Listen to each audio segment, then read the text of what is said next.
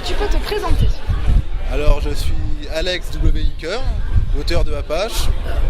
Je suis lillois et je suis très content d'être à ces réunions. On est très content de t'avoir aussi. Est-ce que tu peux nous parler un peu de comment tu es arrivé dans le monde de la BD, les études, si tu as fait des études là-dedans, tout ça?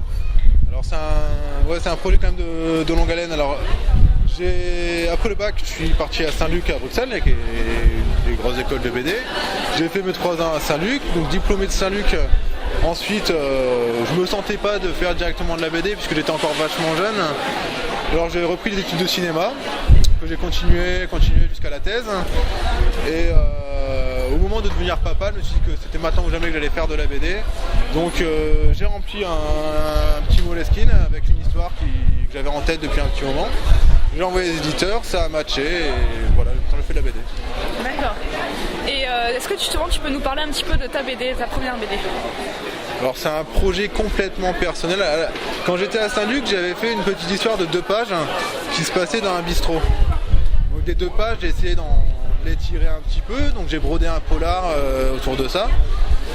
Et bon, je suis arrivé à peu près 120 pages. Et donc une fois que j'ai trouvé que l'histoire était suffisamment bien ficelée, que les dialogues étaient bons, c'est là que je l'ai envoyé, mais c'est vraiment plus un essai de faire une BD quoi.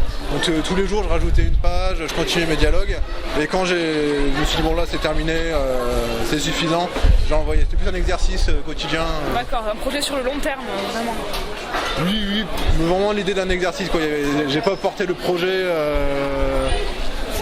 J'ai pas donné tout ce que j'avais dedans quoi. C'était plus pour pouvoir faire de la BD parce que là il était temps que j'en fasse. D'accord. Voilà. Et de quoi tu t'es inspiré pour faire cette BD? Alors tout à l'heure je disais qu'après Saint-Luc j'ai fait des études de cinéma et j'ai commencé une thèse. Et ma thèse c'était sur les rapports entre cinéma et BD, mais vraiment leur généalogie, donc tout ce qui se passait entre les images à la fin du 19e et au début du 20e. Donc il y avait beaucoup d'auteurs que je croisais, qui travaillaient avec une couleur, et donc c'est à partir de beaucoup d'auteurs anciens que j'ai réfléchi au style que je pouvais adopter dans ma BD pour coller aussi à l'univers des années 30. Donc j'ai été chercher ça dans... vraiment à l'origine, Famille Fenouillard, puisque c'est ma thèse, c'était là-dessus, mais après sur les BD de Saint-Augan, sur Zigépus, sur tous ces trucs-là. Une fois que j'ai trouvé un style visuel qui s'accordait bien avec les années 30, je me suis dit que j'allais le garder justement pour cette histoire, puis il me plaît vraiment bien. Donc, d'accord, c'est voilà. super. Eh bien écoute, est-ce que tu as un petit mot de la fin pour cette interview?